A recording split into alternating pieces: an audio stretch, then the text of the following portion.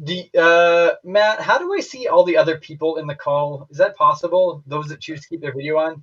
Is there a way to like I see gallery? all of them, but I don't know how to do that on an iPad.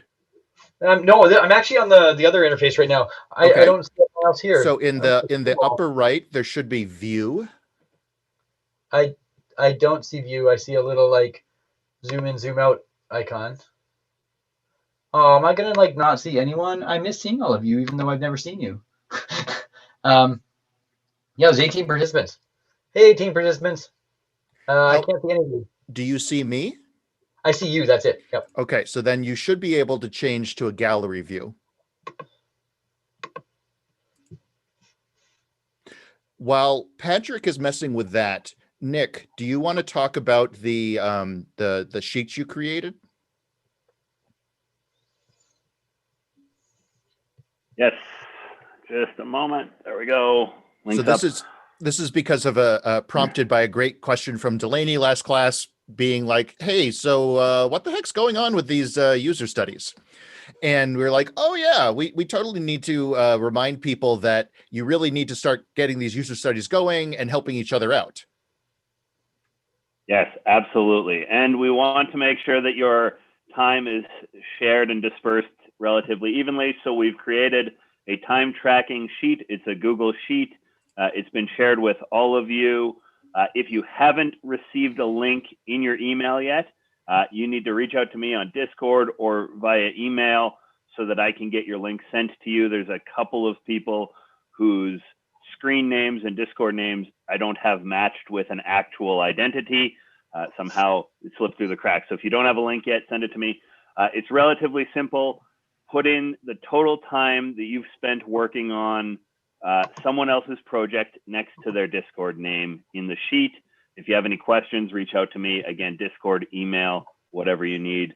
The order of the Discord names are all pre-populated. You shouldn't have to fuss with those too much. And it's just one column. It's meant to be very easy. Shouldn't take much time at all. And the goal and the goal of this is just for me to double check that you are doing something, just so that I can give you an extra way of me giving you points for class participation.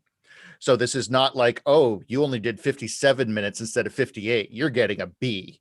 So it should not be stressful, just a way of making sure that you are contributing to each other's experiments. Similarly, remember that we will submit draft versions of our write-ups, and I will ask for peer grading. Well, not peer grading, peer commenting, because I think it will be very useful. I know whenever I grade something, I immediately so when as an academic, I read a lot of proposals. And the first time I was asked to evaluate other people's proposals, I'd be like, oh, that's dumb. Oh, shoot, I've been doing that all the time. So it is a good way of reflecting on how you can improve your own thing. And of course, it's very useful for the other person. So Patrick is going to be presenting on an iPad. So hopefully we get this working. But I will be on the Discord channel, Patrick Kwanda, if people want to ask questions. But of course, please always feel free to unmute and just yell out. Patrick, if you don't know Patrick, he's awesome. He's worth getting to know. And he is a very interactive type of speaker. So like me, I'm sure he would appreciate being interrupted when you have questions and comments and thoughts. So any luck getting the interface? Oh, now I see 3 Patricks. Oh boy. We'll see how well this goes. And because Patrick is halftime at DeepMind, he hates Zoom. So I apologize to him for that. Because if you don't know, I think all of Alphabet is not using Zoom. Oh, any luck, Patrick?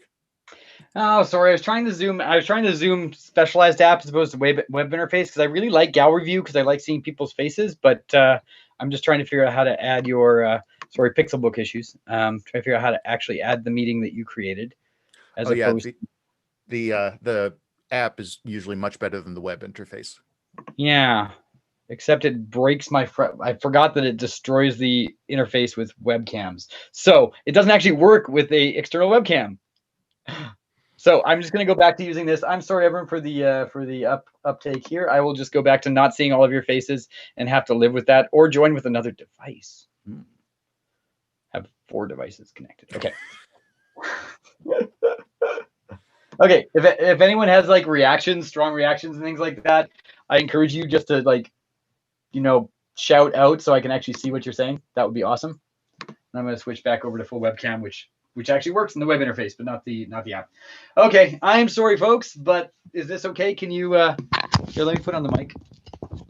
You will Can you all see him? Yep. And now we can hear lots of mic sounds. Yep. Okay. Audio okay, Matt? Is that good? You can hear me? We're good. Okay. Are we ready to get rolling then? I will do an abridged version acknowledging that we just burned like 7 minutes of text. So yeah, go for it. First, just like shout out, has anyone, or put in the chat window or something, did anyone see me give a deep learning and reinforcement learning summer school talk last summer? I'm seeing a bunch of head shaking. No one's talking in disc. Oh, one person's nodding. Uh-oh. Sorry, Laura. Okay.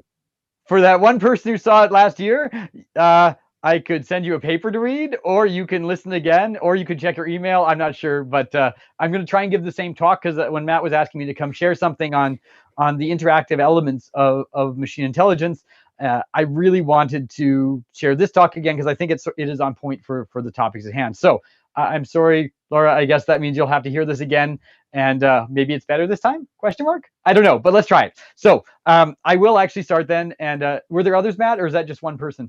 I believe there's only one person, but Laura did immediately write "love it!" exclamation point. Oh, okay, good. So, well, then I have to do as well as last time. Well, I'm probably not going to, but I'm still going to try. Okay, folks, cool. So really this talk is nominally about applying reinforcement learning to robots that interact with humans. I'm just going to do the quick cheeky switch here, which is really, this is like a really boring title for the summer school. I was like, oh yeah, I really have to send a better title to the organizers. Why would I even write a title like that? It's because, I get put on the spot. So that's all a really boring slide. But I really want to talk to you about something different today. And I think it's on topic for this entire course. Hopefully it's more uplifting than what I think you talked about last time. Matt, you were suggesting that, like horrible medical disaster technology is maybe not as uplifting as what I want to talk to you about today. And so when we talk about artificial general intelligence, we often think about building these tabula rasa systems, these systems that learn from the ground up about their interactions with the world. I want to tell you about something slightly different today. And I'd like to share at least some of my views on something that I think is, again, critical to the course topic, which is intelligence amplification. This is a term, it was first coined by Ashby, for those who know W. Ross Ashby, back in the 1950s, when he talked about the ability of a machine to amplify a person's ability to select or choose between things in the world. This was one of the first times that really computational technology had been referenced with respect to changing or improving how a person might interact, especially advanced computing technologies. And really, the statement that Ashby made was that it seems evident that not only can physical power be amplified, but through the use of computational technologies, that perhaps intellectual power can also be amplified through our interactions with machines. Now, right now, that seems like straightforward. We've got cell phones. I'm sure all of you have smartphones. You're probably all on like 6 other devices while you're listening to me doing all sorts of cool things. And that we could say that, yeah, technology has amplified our abilities. So today, I just want to use that as a grounding point. We could step from this with Ashby through to other folks that have followed, folks like Licklider and Engelbart, who looked at how we might couple humans and machines to improve our ability to solve hard problems or more quickly find solutions to insoluble challenges. But today I'm not gonna do that. I'm just gonna really try to keep a higher level and less of a historical view, and say, really, this is my view, saying we can get essentially strong artificial and general intelligence by combining the powers of different intelligences together, and in particular combining the power of a human decision-making system and a machine decision-making system. I'm gonna do a little bit of a quick run through here. This is maybe when people think about robotics, this is what they usually think about. They think about these like, welding machinery things. They're trying to paint cars or put doors on cars. They're trying to essentially do prescripted or in some way very well structured tasks in some kind of environment. This is when we think about robotics, we often think about this. And they might even put the transmission in a car. But I'm actually showing you not because I want to introduce robotics, but because I want to introduce instead something else. I want to introduce the idea that was put forward by the factory that I'm actually showing you here. This is Toyota. And so other than like maybe Matt and Laura, folks who've actually seen me give this particular part of the talk before, does anyone know, like shout out, do you know what Toyota did before they did automobiles when they were Toyota, not Toyota? Does anyone know what they did? Matt, you see anything on the channels? I'm getting a lot of head shakes. Okay, so no, wait, I wish I could see all your faces. I'm so sorry that I couldn't figure that piece out. Okay, cool. So what they did. Oh, Patrick, yes. Quick question. In your 2012 TED Talk, you mentioned you do not have a smartphone. Is that still true? Oh yeah, good question. I like this question. No, I have a smartphone now. And the only reason I have a smartphone, largely, okay, two reasons. The first is the more relevant one, is because my first child was born, and my wife and I decided it was really good that I could actually be in regular contact when we have a small life form that we need to curate. And the second is that Pokemon Go is kind of fun and it's hard to do on an iPad. So like those two things really put together that no, I actually have traded in my old flip phone, which probably wouldn't work these days anyway because dongle wouldn't plug in. So yeah, I have a smartphone now. That's actually, amazing. I have more than one. I have an industry smartphone and a personal smartphone. So sometimes I walk around with two in my pocket and feel horrible about it. Okay, cool. Thank you, Matt, for communicating what's on the channels. Okay, awesome. So this is like the cool thing. I wanted to show you this because I think it's really neat, is that in fact, before Toyota did cars, they did textiles. And if you ever get a chance to go to Nagoya in Japan, the Toyota Factory Museum is spectacular. And the reason I think it's spectacular is that, in fact, they have an entire part of it that shows how they went from the idea of spinning, of turning like some kind of fibers into threads and yarns and more advanced textiles. And what they show is how in this particular process, they used a staged approach to incremental improvement. That they looked at different parts of the process of creating textiles, and they slowly began to automate, to improve, to enhance or augment individual parts of this process one at a time. Everything from like air-driven shuttles that move back and forth to multiplexing the thread. And they in fact went from that simple spinning wheel to these much greater acts of automation. But they did so incrementally. It wasn't that they just sat there and said, you know what, let's make a giant machine to make textiles.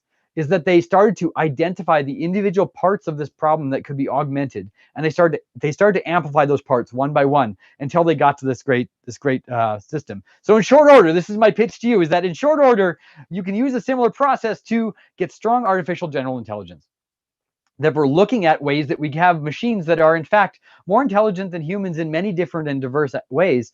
Is that we can get there through a process of incremental augmentation and enhancement. That a very natural place to start is the interaction between an already arguably, hopefully someday, maybe intelligent system called the human body, augmenting that particular interaction with the technologies that we're building. Arguably the most powerful tool in the world is being created right now, and that is artificial general intelligence. If we believe Kurzweil that in fact intelligence is the most powerful phenomena in the universe, then artificial general intelligence is in fact a tool that harnesses that phenomena.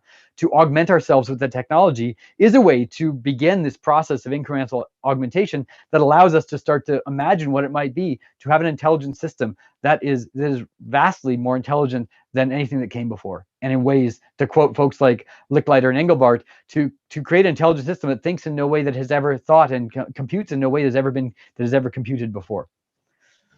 Okay, so then the whole point of this talk then might be to help you understand, for me to communicate one research design pattern that allows you to tackle an ambitious real world problem. So when I gave this talk to the summer school, I was really trying to give a broad idea of how you might pursue ambitious research in reinforcement learning that involves humans and machines interacting. Here I'm going to be a bit more specific and say that like this is the research pattern that I have used to attack the most challenging problems I can think of that involve humans and machines interacting in a long-term and persistent way to amplify the abilities that they each have. Okay, so I'm going to stop now to say, are there any questions, anything on the Slack channel or on the Discord channel, sorry, or anyone want to shout out and show me a face? I'm looking a little sideways because there's Matt. I'm going to move your face to the middle. So I'm looking at your face. I'm in fact looking at my slides. There we go. Oh, now I'm looking at the camera. Cool.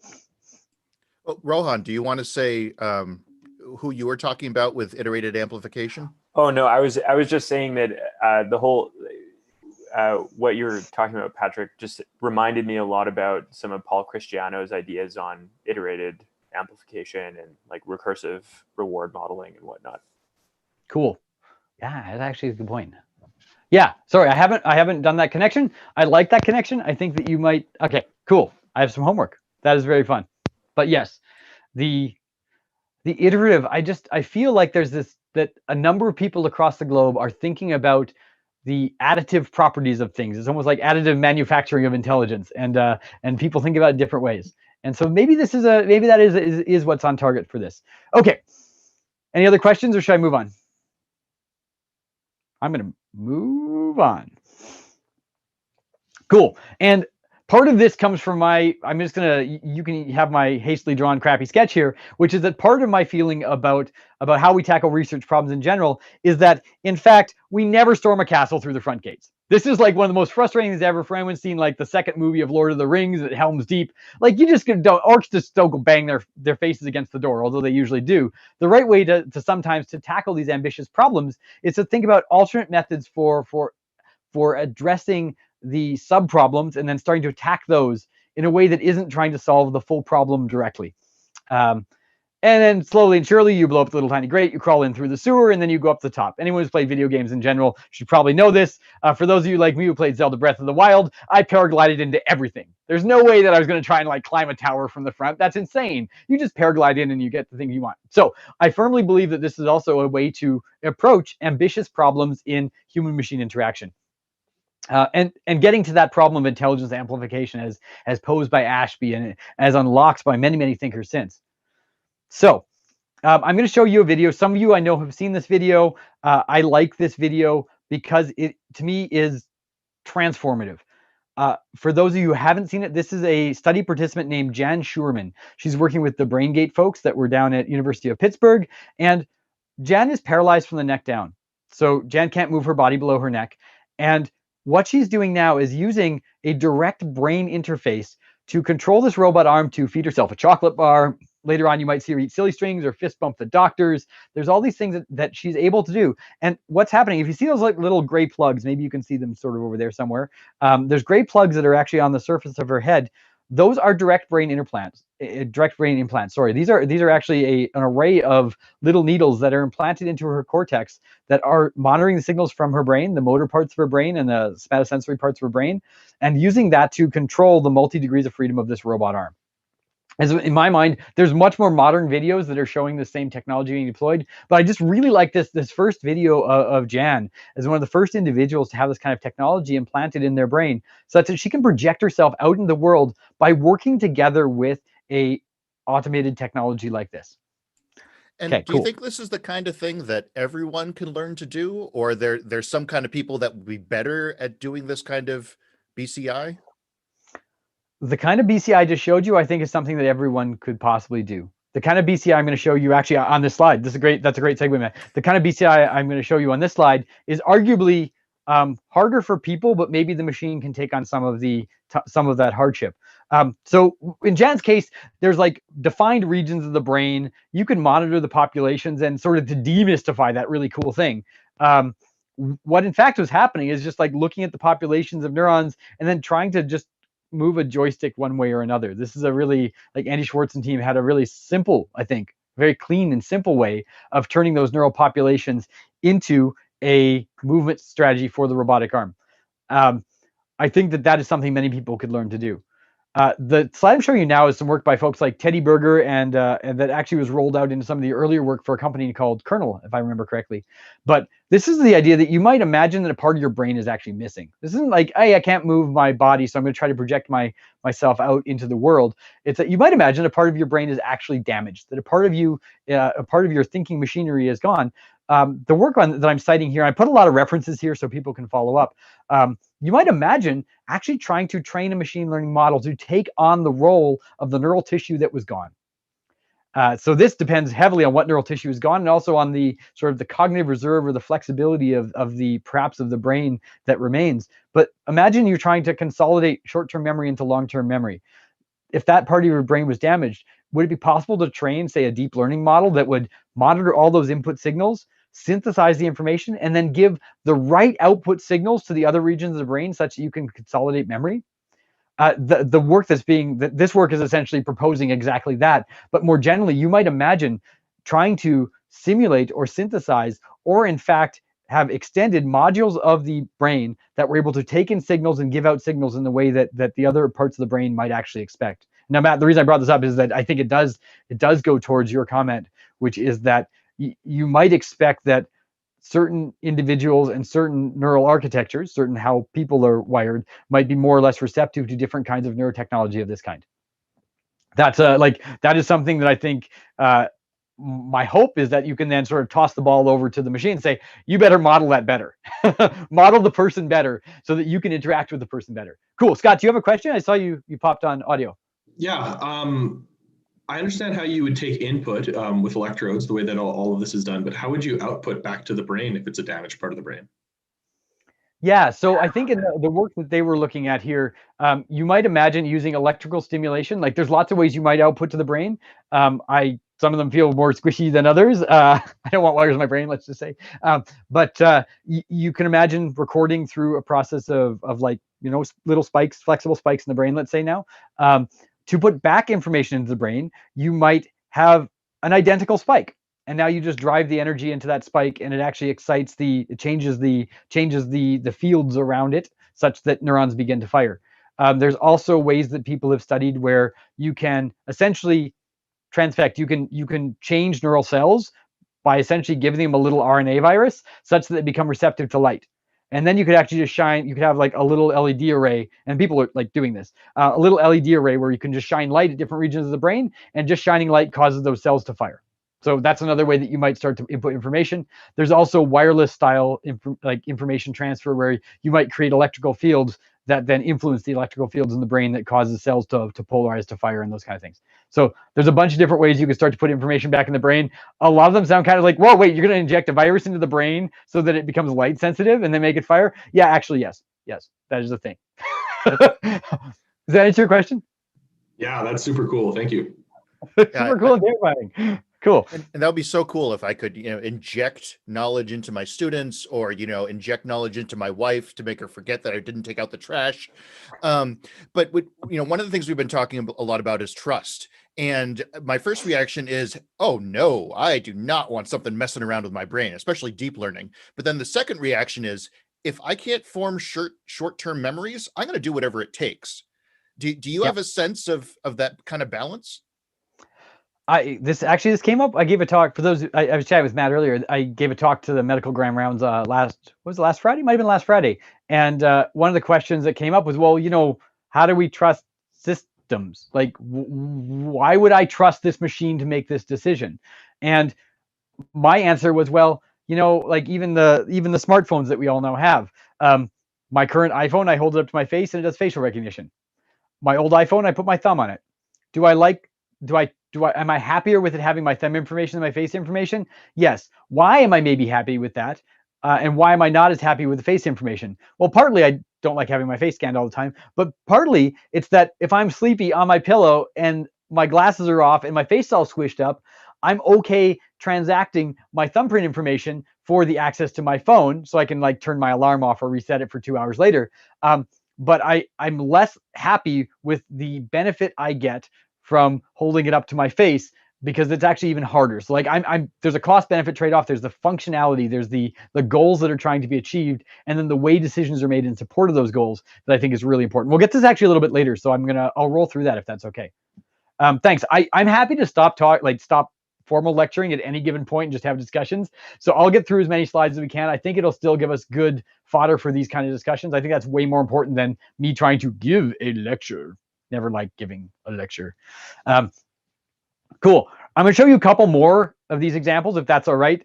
This is one that is, in fact, now moving away from the central nervous system. This individual is using 2 robotic limbs that are strapped onto their shoulders because they've lost both limbs at the shoulder. This gentleman actually has 2 shoulder disarticulations and is now using robotic devices that are strapped on and monitoring signals from his muscles and nerves to be able to control both of his arms.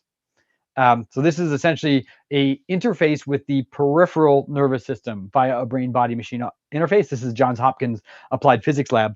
And more recently, and this is actually something that we're now doing at the University of Alberta. My colleague Jacqueline Hebert actually introduced this surgery to Canada and to Alberta, is that looking at directly integrating these kind of robotic devices into the bone structure of the human body, literally hollowing out bones, putting shunts in, and being able to mechanically and electrically connect devices directly to the body.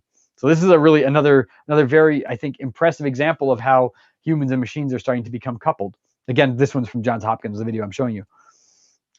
Not surprisingly, you might also imagine using the same kind of brain implants we saw earlier to remote control the body you no longer control. This individual is paralyzed from the neck down. And now, unlike Jan, who was using her brain, the actual signals from her brain to control a robotic arm, this individual is using those same signals by way of a decoder and a stimulator to electrically stimulate the muscles and the nerves in the body he can no longer control.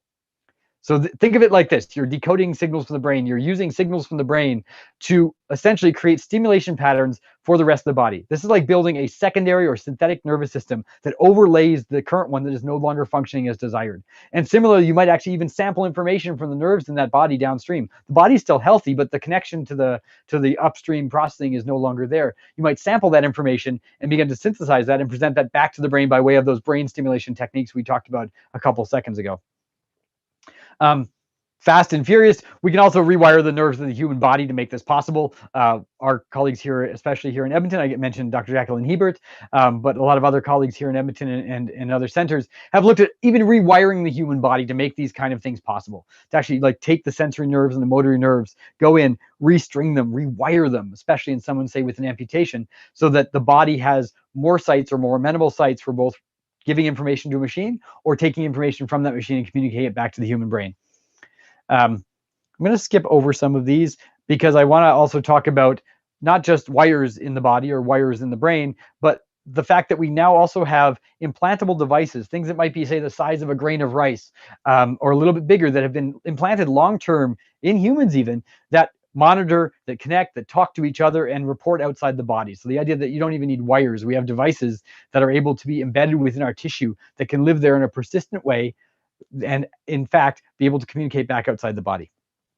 I'm almost done this first run, and then we'll have another break for questions. I just want to go through a few other brain-machine interfaces. Many of you have almost certainly seen people using things like an EEG cap to drive wheelchairs. In this case, this is Jose Delamarlan from EPFL, looking at ways that the human brain can work together with, say, a computer vision system to navigate a room. Devices have been deployed in a clinical setting. So people are actually not just like, these are all research examples I've been showing you largely. There are devices that people now wear in daily life that use machine learning technologies inside the assistive devices that they actually wear. So people will don a robotic device to replace their limb, and there'll be systems that actually use machine learning in different forms to interface them with that device. And you can just go out and buy some stuff at like any big box store that will allow you. Well, I guess the Mayo is no longer available at big box stores, but in general, at the time of giving the lecture that I gave this first, you could go out and just buy brain-computer interface technology, like at your favorite technology supplier store, like the Muse headset. There's various other things now that are being used for say muscle signal activation. But like this isn't even just like the realm of a clinical device or a research device. Is that we all have access to brain-body machine interfaces now. Why is that all important? Why do I have all these slides? That's a good question. Okay, good. We're good. Sorry, I was like, why I have way too many slides? Okay, cool. And I wanted to show you all of those because it's an example of some of those patterns I was showing you earlier. Is that all of the examples I just showed you in one way or another involve machine intelligence and machine learning, pattern matching, the ability to synthesize information being generated by the human body and deliver that to a machine or even back into the human body itself, and bidirectionally to be able to use intelligent systems technology to take information that a machine might have and communicate it back to a person. So this is why I want to show you all these slides, when we think about machines interacting with humans, when we think about intelligent machines interacting with humans, and here I really do mean the McCarthyian view of intelligence, which is that it is the computational part of the ability to achieve goals in the world, is that these are examples of machine intelligence actually being used to glue people together with the world around them. Not just the device, but the world around them. Okay, That's the key message. So I want to leave this slide up here, and then we'll move on to the next piece. But my view, and this is my strong view, is that in fact machine intelligence is the glue that can connect a diverse set of signals flowing to and from the human body and the human mind to the diverse set of signals that are flowing to and from an assistive machine. And I mean, I'm sure you've talked a lot about this over the rest of the syllabus. Looking at your syllabus, I think you've touched on this idea, but maybe this is another concrete way to state it. So Matt, to your question earlier, like, would you do trial and error control learning on all those IOI channels? That is bonkers. No, of course you wouldn't. You wouldn't stick wires in the brain and then start to do, like, I don't know, random actor critic exploration on that. You're like, oh, cool, my normal distribution, it's going to get the right answer eventually. No, you just wouldn't do that. You wouldn't do that. That is not a design pattern which is amenable to this form of human machine, tightly coupled, as Licklider would have said in the 1960s, this tightly coupled interaction between a human and machine. It's slightly different than you talking to your smartphone, asking it to buy you something on Amazon. This is a tightly coupled, high-density interaction between a human and machine. And I don't know about you, but I would certainly not do trial and error on that as a just like a problem with no other ways of solving it. I wouldn't just throw my trial and error learning at that signal space. Cool. And okay, so I'm gonna go back. Questions before I move on to like phase 2, which is helping you unpack a design pattern. I think is really helpful. Any questions, comments, thoughts? I just have one just on that last slide, or just this slide. So if you Cool. wouldn't do trial and error learning, what would you do? And if you wanted to incorporate RL, how would you incorporate that? Awesome. And I'm glad you asked, because the whole point of this talk is to highlight prediction learning as a foundation for more advanced control. Oh, you just set me up. Thank you so much, Ryan. That's fantastic. That is, in fact, the pattern that I would like us to embrace for now. You don't have to use this in your own work, but I'd like to suggest it as an option, is that, in fact, a storming the castle by not the front gate might involve storming it by the other precursors to the main problem. And I would like to say prediction learning is, in fact, a first point of attack in moving towards a more full control learning solution to problems like these. So when we have humans and machines that are tightly coupled in one way or another, and they're interacting, my view, and the view that I've taken over the last decade of some fairly detailed investigation, at least in the prosthetic setting, is to start from prediction learning and move towards a place where that can impact control. I should define predictions. Oh, sorry. Let's stop now before I get my train rolling here. Were there more questions or comments before I define predictions for you? There are a few good questions in Discord if Sure. people want to unmute. Cool. Let's do that. Or if you're happy, Matt, reading them out too, that's all good. But I'm still blind to all of you. I'm sorry. Well, since no one, when you decide you want to talk, you should unmute and I'll stop talking. But one of the questions related to power, you showed a bunch of arms. Could you actually wear one of those for a day? I would guess the batteries aren't that good. So it turns out battery technology they have these cool, like, deformable batteries that actually go into the chassis of the prosthetic limbs. So it's like these cool flexible batteries. Battery technology has come a long way. The answer is that yes, people do use them for a long day. Often it's the comfort factor that leads them not like to doffing them at the end of a day. Like what they might do is, like, for certain tasks of the day, they might be using a powered prosthetic limb. The batteries increase the weight of them, and the motors and things like that mean that it's a heavier system. They might use that for tasks that require it, and then they might switch to, say, a body-powered prosthesis. By that I mean like something that flexes with your shoulders, or some other kind of prosthesis. Some of them may just some individuals who use prostheses may just take them off at the end of the day because they're tired of wearing them. Lower limb prostheses, well, it gets sweaty. There's a lot of pressure. You can start to see a lot of discomfort. So there's things that are being done to mitigate that. But yeah, people do use them. Some people will even have multiple batteries, and you can just like quickly swap batteries. But you get. I'd have to actually ask our lead engineer as to what the battery life is for most like clinical systems. But you should get hours of life out of those batteries. It's not like you'll be swapping every 30 minutes. It's not like your RC car, at least in my opinion. Good. That would be a real pain. And then another question was, if we're getting these human participants to do these experiments for us in clinical settings, and then either they go home or the clinical study ends and they go back to having to use this less powerful, less useful thing, how does that affect them. It seems like being disabled again could be really tough. That's the worst. Yeah. So the answer is yes. I'm actually going to roll even a little bit farther back. I'm going to use a different case study if that's okay, because we do see this with any kind of research assistive technology. You might have a device that lets you read or speak to someone or to locomote in a way that you couldn't otherwise.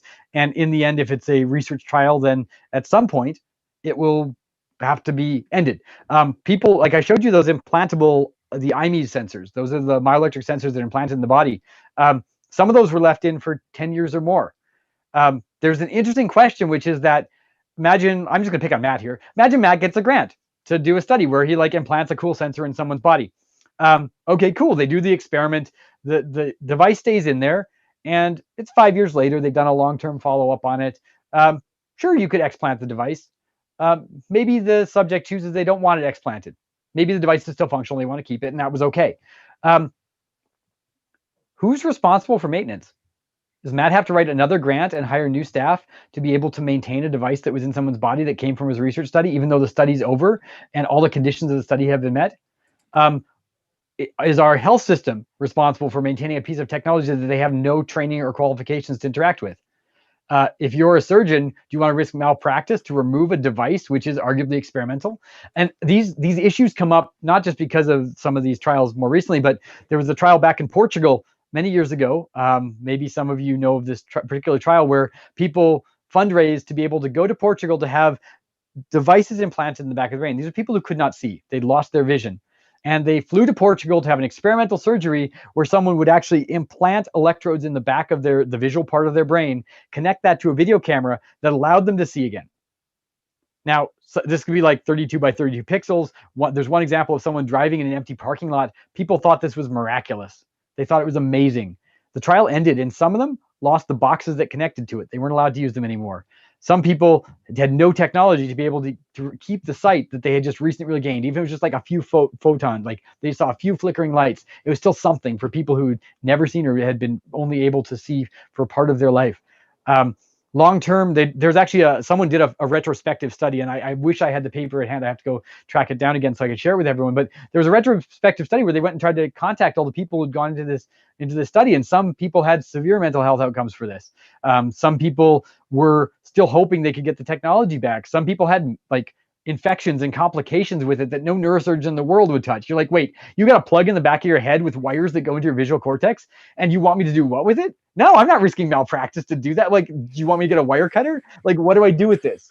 And it was a very, very complicated and ethically murky situation. And so this is, I think, one of the reasons why there's now a lot of steps to thinking about take-home trials, thinking about the ethics of studies like this, and whole review boards that help us think very hard on the implications of the technology, and then what happens when the technology is no longer accessible to the participants, and how that affects their security, their safety, their agency, and their autonomy. Anyway, that's my 2 cents. It's a great sort of follow-up if you go look for the study in Portugal. I wish I could find that paper though. Anyway, if I find it, I'll send it to Matt and he can send it to everyone. Yeah, I think writing REB approval for playing Atari is tough. This has got to be a whole nother level. Yeah, I'm happy to at some other time comment if you want a repeat, Matt, of like what's it like to write a REB proposal for machine learning that will interact in a long-term way with someone's body. Then we can always chat about that later. That's yeah, it's super fun. It's a lot of detailed thinking. Great. So why don't I stop peppering you with questions and you can plunge ahead? Sounds awesome. Okay, cool. Oh, sorry. There is one late coming question, which I think is really interesting. Do these interfaces and protocols tend to be open source or closed source? Because if they were open source, that could enable a whole lot of other options. I mean, I can speak for our lab. We open source everything. So like the physical technologies, like we have a whole Blink Dev initiative in our team at the Blink Lab at the University of Alberta, where we open source our control software, we open source the robotic arms, the robotic hands, the sockets that we use, pretty much everything, the motion capture gloves that we're using for some of the experiments. We try to open source everything. There's actually a lot of folks around the world that are starting to open source more and more and more of this. There are also companies that are working, like companies that are doing a lot of the clinical translation. Some of that technology is closed, but for the most part, now this is trivializing some of their work. I don't want to trivialize the work that's being done in a lot of the companies to translate this into actual clinical use and use by patients. But the under the hood technology, like what's happening inside the machine learning, it's an LDA classifier with this feature. That's put forward in research papers. And so most of the foundation work is in fact very openly accessible, if not open access, at least through the usual paywalls, which I disagree with, but still there's knowledge that is not locked away in secret coffers, but that in fact is the principles by which you might do this. It's sometimes the secret sauce is the implementation, so that it actually is very, very pragmatic, especially in a clinical setting. And that's where I think a lot of the companies are putting together the parts. But the core technology, like you want to know the best possible classifier for a prosthetic limb, well, there is none. Super fun story, but turns out that you just need something that's adequate, and then they'll all do a really good job if you think about it right. But if you want to know what's being used, those things are very readily accessible to anyone, along with a lot of the physical technologies. A lot of that is also being open sourced, and there's whole open source projects on bionic body parts that are designed to increase the translation, especially in places and countries where it's very hard to get $100,000 arm. They're looking at how we can make it so that people for dollars or pennies could in fact get bionic limbs they could use in various places around the world. Because even a simpler example is how people are hacking insulin pumps. The manufacturer is not giving them what they want or what they need, and then they're going out on their own, finding older models or, in these support groups. And the fact that consumers need to do that to get the kind of functionality they want is suboptimal. It's suboptimal, and the weird interplay I mentioned like ethics boards and regulatory boards. Like I have this I'm very optimistic. That's my job as a team optimist. I have this optimism that in fact the regulatory approvals boards are trying to make sure as well that things that go forward have only positive ethical impacts and safety impacts on people's lives. And so one would hope that the approvals process for, say, getting a device past the FDA is not politicized. It's not done in a way that's like designed to increase monetization of something. It's in fact designed to say, yeah, we can guarantee to a high degree of certainty that this thing's going to be safe and will have the intended function. And so when what we would hope is that if it is required that end users begin to adapt their technology, that's my dream. I want devices that adapt to individuals, that aren't just like boilerplate, here's your arm because you're let's say you're a 5'0" female and you have the arm that was designed for a 75th percentile African-American male, which is what most of the prostheses are designed for. You have a giant lobster arm. Does that make sense? No, it doesn't. We should have technologies that are physically designed for the person that they interact with, but also computationally designed for the person they interact with. That requires devices that, and like props to CoApp, the one of the companies I showed you earlier, for getting a machine learning device into a prosthetic arm. Imagine you go to the FDA with this. You're like, hey, cool, I have this awesome control system for a prosthesis. Okay, what's it do? Oh, well, the person pushes a button and it learns about stuff, and then it maps signals from the body to the control of the robot arm. Wait, do you mean the control system is fixed? Oh, no, it's not fixed at all. So you mean that the person can just press a button and all of the ways that the device might interpret their signals could be fundamentally changed? Oh yeah, exactly that. Like if you're the FDA, that would be just like this crazy can of worms. And yet that device was approved. I think that this is saying that there are ways that we can begin to think about the adaptation of technologies such that the individuals can begin to optimize and customize. Prosthetic limb users now can have smartphone apps where they can pick the grasp patterns that their device might have. They can pick how the signals that they give are interpreted to switch between them. A lot of the work that we do with my team here and we've done in the Blink Lab is looked at like adaptive switching solutions that would allow the system to learn the patterns of use that you have for functions and then optimize your navigation through the control interface. So there's lots of stuff where I think we can sort of allow the adaptation in ways that are safe and would be regulatorily approvable with safety in mind, but that also are not these boilerplate, here's your gigantic arm, enjoy your lobster claw kind of situations. Awesome. Thank you. That makes a lot of sense. You can tell I have opinions, Matt, and everyone else in class. You can tell I have opinions about this that I've been yelling about on stages at various conferences for almost a decade. But yeah. Should I keep moving or want to keep doing this discussion? Because I think this is probably also on point for the course, and really the talk is just a catalyst for these kind of cool conversations. Everyone good? I think Discord has slowed down, so maybe you can throw some more knowledge at us, and then we'll spit up some more questions as we go. Cool. Does it slow down because everyone's using the other channel to play Among Us? Probably that. Okay. Okay, cool. I'll talk about predictions then, because just to go back one slide, my point, one of the points of this talk is to help you, and the talk that I was giving at summer school, but also this talk, because I really do believe that this is relevant to our discussion today, is to highlight how prediction learning is actually a foundation for attacking problems in this space. And given our last discussion, the one about, well, how do you like allow people to have things that adapt, that are safe? Starting from a lens of prediction learning, I think is one way to begin to build human-machine interactive systems where intelligent systems interact with people in a way that the power of adaptation and learning can be leveraged without some of the risks of allowing that adaptation to happen at the point of user contact. Okay, predictions. I know all of you know about predictions. I think I saw in the syllabus that you're all required to know something about machine learning before you take Matt's course.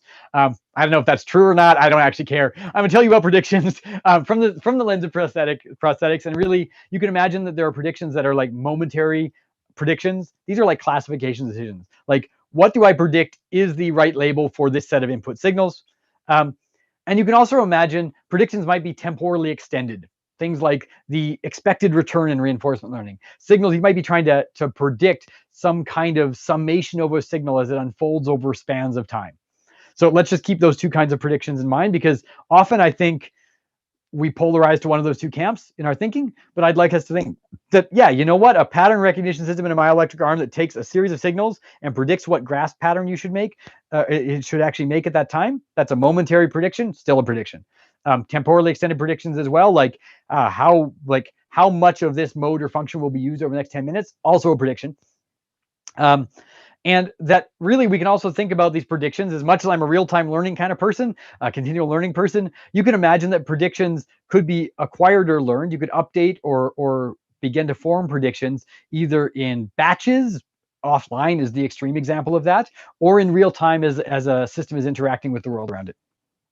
I love this paper. There's some papers down here. The first one, Perspectives and Problems in Motor Learning, is a really cool paper. If you want to learn how some of the more like cognitive science people and the physiology people think about predictions in control in the human mind, that Wolfert paper is really fun.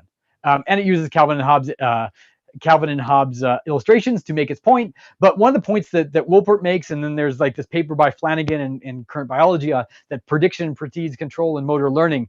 And in fact, even that our feeling of performing a motion, the feeling that I'm reaching, that is me reaching, is in fact coming from my prediction of my motor outcomes and not the things being fed back by my sensors. That in fact, what we mean by thinking about doing something is actually our perception of our own predictions, and that the actual sensory feedback is simply a way to ratify those and detect anomalies. Anyway, that's a cool perspective put forward in that science paper I put at the bottom of the slide. Oh, if you want these slides, by the way, I don't know if Matt sent the link. If he didn't, they're on my website. Just there's a PDF. You can go grab them, because I try to reuse material. My mother, a skilled scientist, Dr. Linda Polarski, told me never waste words. That includes words and presentations. So I try to reuse stuff all the time. Okay, cool. And I'm going to get through this, through that view of prediction that precedes control by way of the way that I usually like to break down machine intelligence and the hallmarks of intelligence. No, normally we do like a back and forth. What's intelligence? Let's talk about hallmarks. In the interest of time and having more discussion, I'm just going to say that one way that I like to break down the intelligent systems process, especially for my clinical colleagues, for people who want to start to consider how they might begin to use intelligent systems in an applied context, is that I like to think about the problem as being characterized by data, decisions, and goals. That there's some data coming from the world, that there's information flowing from the world, and that a system has goals that it's trying to achieve, either design goals or intrinsic goals. I'm not really worried about it. And that decisions are the things that glue these things together. Within that path from data to decisions to goals, there's some characteristics that allow that process to happen, that allow the decision making to happen, and that allow data to be turned into the achievement of goals in the world. The first of these, if I was talking specifically to reinforcement learning researchers who think exactly like I do, I might say, well, I break these channels down to representation, prediction, and control. But more generally for wider audiences, I like to say that in fact, I think about the sort of the processes that underpin the achievement of goals as first a process of perception, structuring the information in the world in a way that the agent can begin to use it.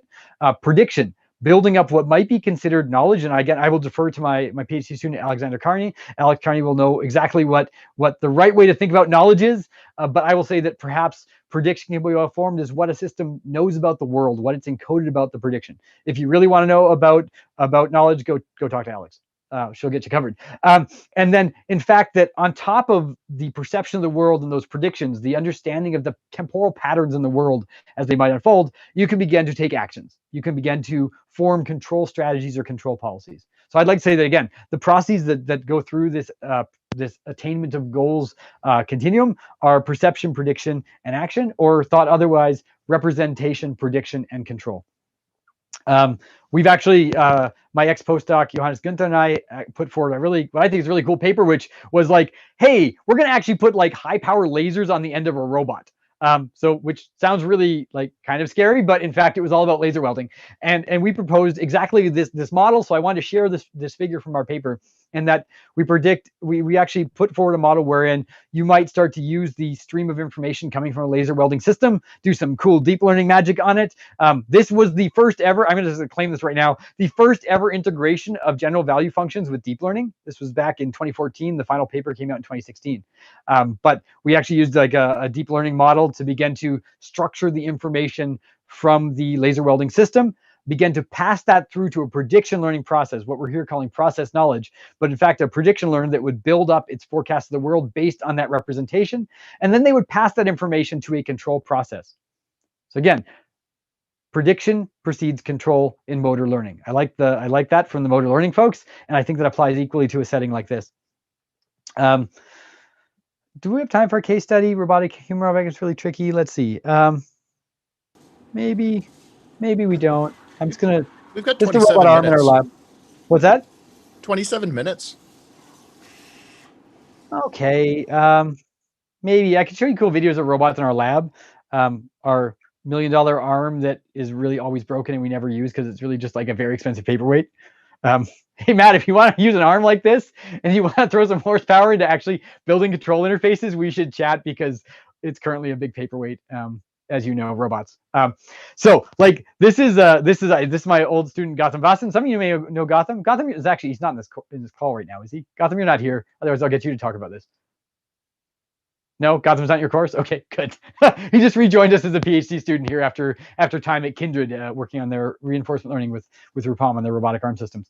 Okay, cool. So like what you might imagine that Gotham just gave what amounts to the worst handshake in the world, but that was in part because of the limitations of the robot system adapting to him, not because of him adapting to the robot system. I'll show you this one because I think it's also really nice. This is one of the people with an amputation that we have come in. Chris, he comes in and does some cool studies with us. He has an amputation at the transhumeral level, so the upper arm. This is a few years back, and he was using one of our experimental robotic prostheses to pick up balls and put them in a cup. You can see we've actually isolated the way that he switches between the modes and functions of his robotic arm to be coupled to the movement of his healthy limb, so the other limb there. He's flicking his hands, and that's how he's switching between the modes and functions. And what I want to highlight here is that this isn't impressive. Like, you shouldn't be impressed by the level of fluidity or control that you're seeing him exhibit while using this system. That in fact, it's a slow and painstaking process for him to do the act that I think many of you will be able to do very, very quickly, which is just drop a ball in a cup. This is largely the state of the art in many myoelectric prosthesis systems. There's been some steps forward in recent years in looking at multi-joint control or more immediate movements, thanks to work on pattern recognition and classification. Tries to eat the ball. That's awesome. But really, this is a good representation of how some of these devices are actually used. It's really hard to operate a system like this. I'm gonna move on. Was he instructed not to move his shoulder? No, he could move his shoulder. So I think he was actually using. There's no explicit instruction as to how he would have to solve that task. There's a better task. This was a really short version of a longer task. So maybe I'll just unpack that. There's a clinical task called box and blocks, where you actually are tasked with using your prosthesis to move a series of blocks from one side of a barrier to another. and then they time it, and then how many blocks you moved is a clinical measure that they use to sort of assess outcomes. And you see all sorts of things happening. Some people will be like, if they have the ability to rotate their humerus, then they'll actually be able to, like, they'll just do this, try to do it really, really quickly, and you'll see sort of like trunk compensation. Some people will pin their elbow to their body, and they'll actually move this. If people who have their shoulder, the ability to move their shoulder, you sometimes see this kind of motion or this kind of motion. So the solution paths really depend on the task, and you see a wide range, and you can actually quantify a wide range of different behavioral strategies for engaging with a task like this one. So in this case, no, there's like, we didn't say, hey, don't move your shoulder, just use your arm. But that was what he felt was most appropriate for doing that particular task. I heard a talk at U of A a while back that said that in those type of tasks, the standard hook that's not or robotic at all beats everybody every single time. Is that true? Pretty close, yeah. Who gave the talk? Do you remember? I don't remember. It was at the Artificial Intelligence in Medicine Society thing. Was it a dude with long hair, looked like a Viking? Yes. Yeah. Oh, that's Adam. Okay, Adam was actually going to come. Adam and I, in the end, he couldn't do it. But Adam was going to come co-lecture. Adam's my PhD student, and yeah, he and I were going to jointly give this lecture. Maybe he can come and chat with you folks later on, or in a future term when you're not actually here anymore. Sorry, but yeah. So Adam would have given that pitch. It's largely true, and one of the reasons it's largely true is I think that A, it's trustworthy and reliable, and B, that people work a lot longer with those systems or have. So Adam was almost certainly referencing the Cybathlon, which is the big Cyber Olympics competition. And the last one that happened back in 2016, the person who won was a gentleman using a hook and cable body powered system that he'd been using for a long time. And he also was someone who, I think he was the lead designer and owner of a prosthetics company that built them. So he's worked with these technologies, he's used it. Of course you're going to be good at a tool. Like, I have hammers in the garage that arguably are not maybe as functional as some of the fancy hammers I have, but because I've used them and I know them like my own arm, I'm really able to like bend steel with them and to shape things with them. Sorry, I'm a blacksmith. So like when I'm using a hammer, the hammers that I know and love, I do really well with them because I've used them for a long time and I've adapted to them. What's interesting is that we should expect, this is actually a sort of a meta pitch, is that we're now in such a situation where like my hammer can't adapt to me. It sort of wears a bit and gets sort of like, nicely polished in all the right areas after years of use. But our technologies can now adapt to the people. This is sort of really wild. This is new. This is not something that was like, if you go back 100 years, that would have been bananas. But we're actually at a point where like a prosthetic arm can begin to take on some of that heavy lifting. And so if there is a long process of the device and the person learning together, and they're both capable of learning, then you could expect better performance than a person just using a tool.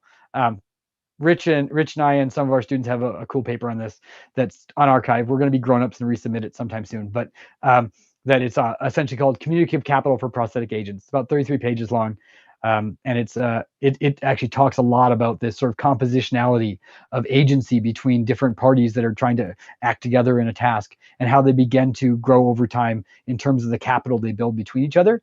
And so a person using a mechanism will do really, really well, especially if they've learned a lot about the mechanism. But you might expect that there's a greater capacity for a person with an adaptive machine.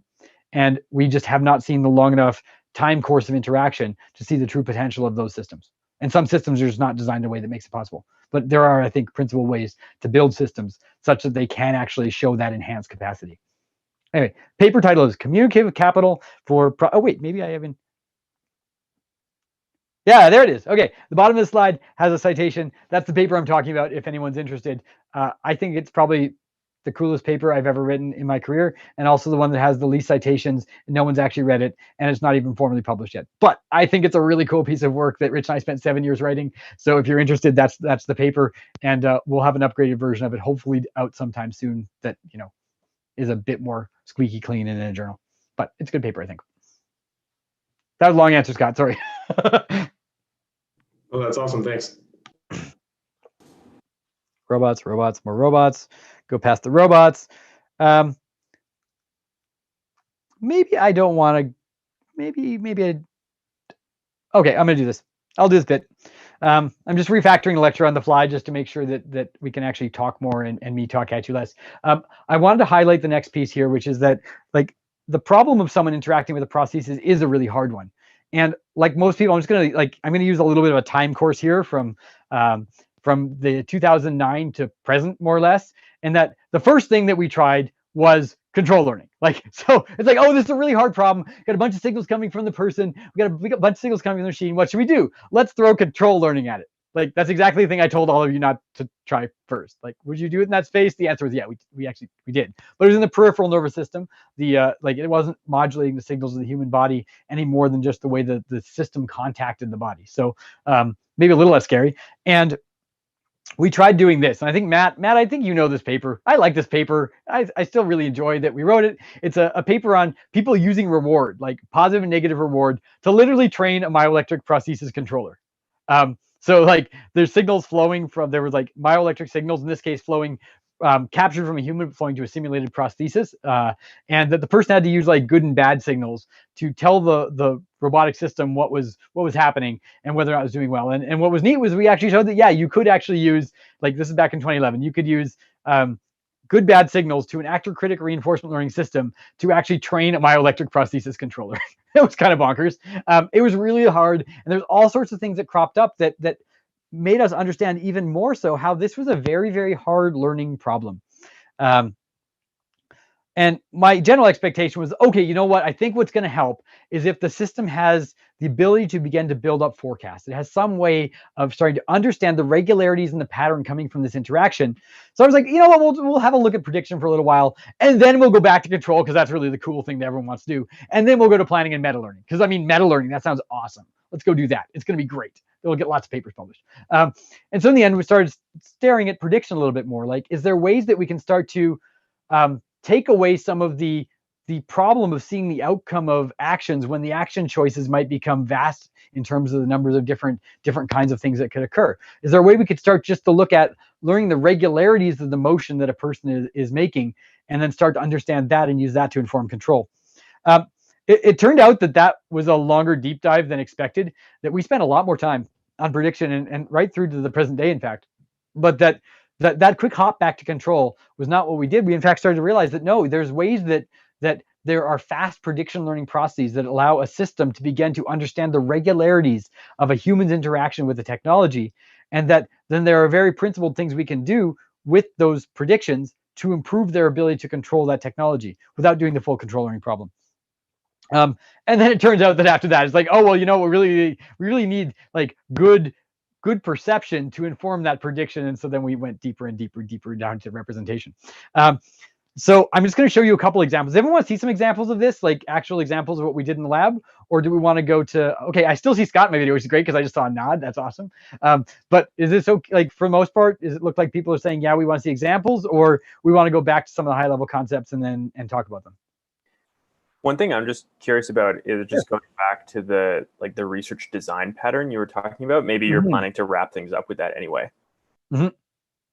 Yeah, and so this is in fact that we're continuing on that story, and the story is in fact that there is a pattern for research wherein you can have systems that begin to form a predictive understanding. Rich Sutton would call it predictive knowledge, but a predictive understanding of the person that they're interacting with or the world that they're interacting with, and that you can then begin to use that prediction learning process both to allow the system to have the right information to make good control decisions, but also as a designer that you can use that prediction learning process as a way to view the system in new ways that allow you to make good design choices. So as opposed to treating it as the black box control problem, start to look through the lens of prediction, through this aperture into the learning problem.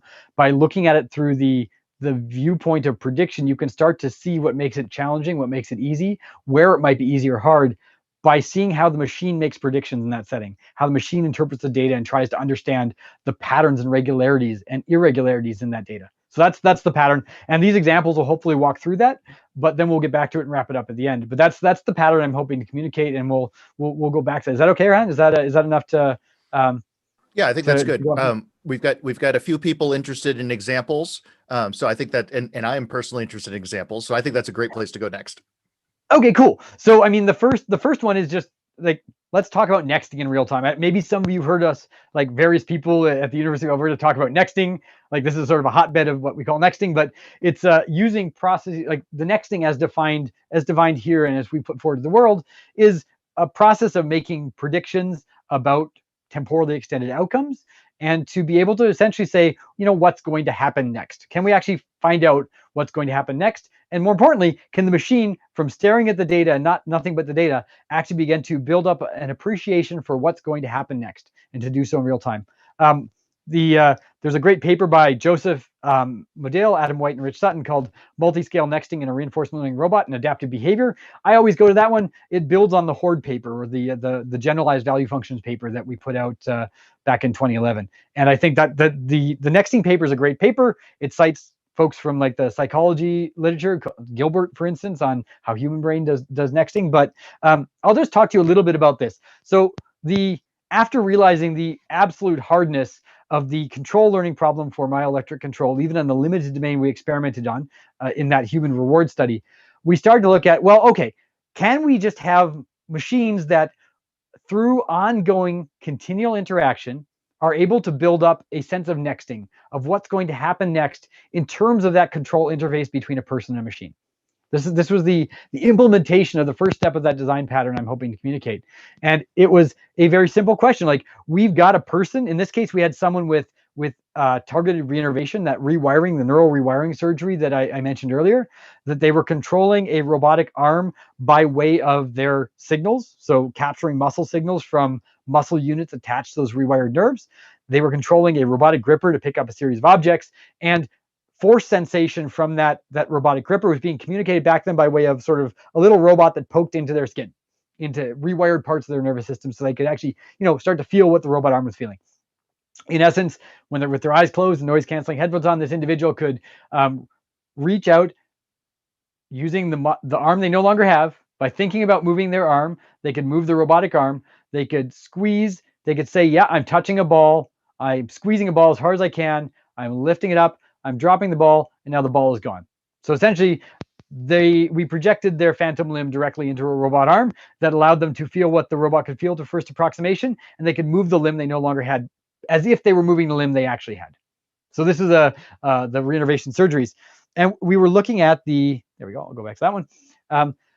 We were looking really at, can a machine, like a lot of it this time, offline learning was the big deal. If you want to train a myoelectric controller using any kind of pattern recognition, you'd sample a bunch of data, you'd boil it down into a classifier, and you'd stuff it into the microcontroller. It was a wild and sort of, I'm still convincing people to this day that this is a good idea, that a system might build up knowledge about the user, a predictive knowledge about the user, through ongoing real-time interactions that don't stop in training intervals, and that don't stop at the moment that they begin using the system, to break the idea of training and testing and have always training, always testing. And so this was our architecture. We had a robot, we had a human and a control system. There was feedback and control systems flowing between them. The signals that flowed through that interface, we actually pulled out into a function approximator. In this case, it was a tile coder, for those who know what that is. And then that was given, that information as to the state of the interaction was given to a series of generalized value functions. In essence, temporal difference learning machinery that was building up forecasts about all sorts of signals, like the velocity of the gripper, the signals, the myoelectric signals that the person was actually providing, the outcomes in terms of the forces being felt on the end of the gripper. And what we really showed in this work was that, yes, a system could, in real time, through real-time interaction with a stream of data from a human-machine interaction, could actually begin to build up a composite body of nexting knowledge, a body of predictions about how that interaction will unfold.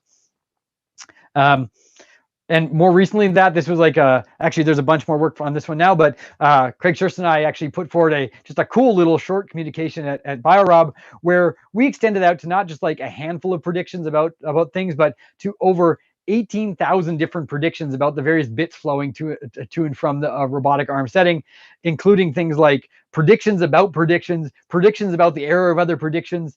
And since that point, let's see if this next slide. Oh, wow. No, hey, wow. I actually have a video of this. That's cool. You can see like this robot arm doing a bunch of like pre-recorded cool movements that almost mirror what you might expect from a biological human limb. Robot arms doing all sorts of cool stuff. And if you can just see like all those little blinking lights, for those who watched the TEDx talk, I talked about little blinking lights. Think about this as like the natural extension of that to a few years later, of course, to a massive population of blinking lights that now represent predictions, not just bits, but actual predictions or forecasts about the sensory motor stream. Since that, I like I like this video. I'm going to show this video. It's sort of like, it's going to take a little extra time, but I'll show this video. This is the same system. What I really want you to do is look, okay, so the left box that you should see, the left bottom box is the prediction system's making. I'm going to shake its hand. And what you can see here is that middle box, all those little bits lit up. That's because the system is actually detecting the errors in its own predictions. There's a unexpected daemon error, unexpected temporal difference learning prediction error that Adam White put forward in his thesis. And this essentially is the system is building up 3,000 temporal difference learning predictions through ongoing interaction about the bits of its data stream.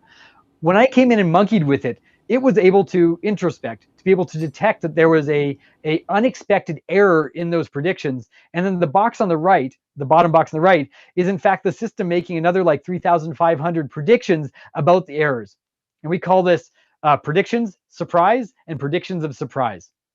What's cool about this? This is all founded in predictions. There's no control learning yet. I'm still trying to work you back up to control learning, but this is taking the predictive lens at this control problem. Can a system begin to forecast, like I talked about in our nexting on prosthesis paper, can a system begin to forecast all aspects of its data stream? If so, can it start to figure out when its forecasts are unreliable or wrong? Well, yeah, it turns out it can. Can it begin to make predictions about when those forecasts might be wrong? And yes, there's some evidence that in fact it can do that as well. So I hope you're starting to see how this can start to walk back towards control in this increasingly challenging setting. Since that point, Johannes Gunther and Alex and Rory and Craig and I have put forward a paper which is really showing how you might actually begin to formalize that architecture that I showed you, that cool video. This is turning the cool video into actually a paper that describes it and unpacks the core ideas. And in fact, building on some of Alex's work on step size adaptation, we've even begun to look at how you might use adaptive real-time step size adaptation learning algorithms to not just make predictions in real time, but begin to detect the reliability of certain predictions, or begin to detect when certain things were going to be as with expectations, not with expectations, or which parts of the perceptual stream might actually be unreliable. Okay, so what does that all get us to? And it gets us to, we're getting close on time. So lectures are tricky. There's never enough time.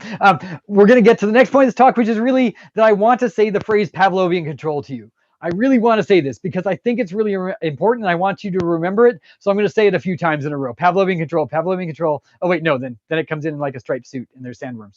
Okay, so Pavlovian control. What is Pavlovian control? I'm going to, it's something that is not actually unfamiliar to the biological literature, but again, I'm going to point at Joseph. Joseph and Rich had a nice little paper in the AAAI workshop on AI and robotics on prediction-driven behavior, which was learning predictions that drive fixed responses. So this is really the heart of Pavlovian control, and how I'm trying to walk you into this design pattern that maybe you think is not as much fun and will get you Nature and Science papers, but I think is actually really functional, is that Pavlovian control involves mapping learned predictions to fixed kinds of control actions. The most natural example of biology is a rabbit's running through the woods. It's learning predictions about the puffs of air that might impact its eye. When it predicts there's going to be a puff of air on its eye, it blinks. It can't control the blink. The blink is a hardwired response to a learned prediction.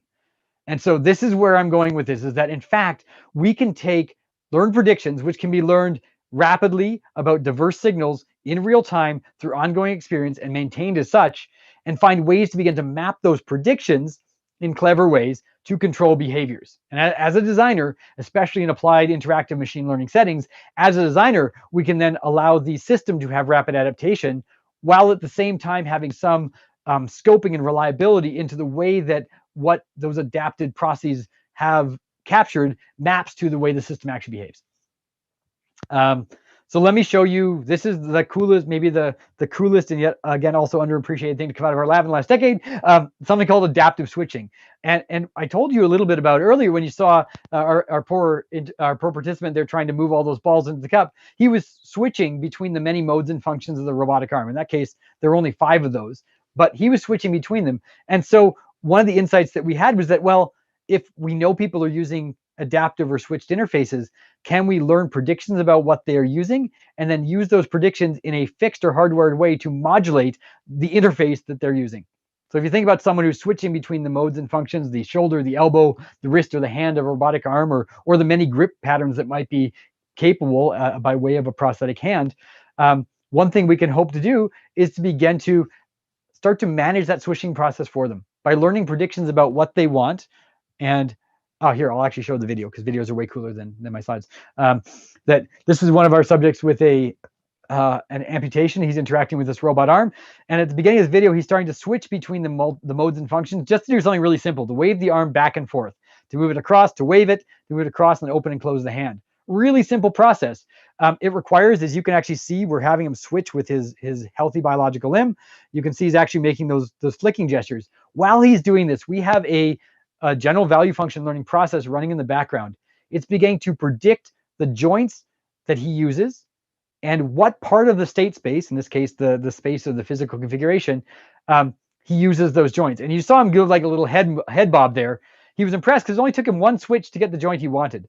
This system is learning what I want and where in my task space do I actually want that thing to happen.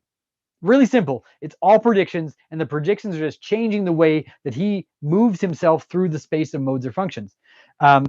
What's neat about that is that you can really think about it as a simple prediction learning process. Let's do something really dead simple. Let's predict in any given situation, any given state, like how much activity will we see on any one of the joints of this robotic arm, and that at any given point in time, you just rank order the predictions, and that is the list of switching affordances that you give to the person. Really simple.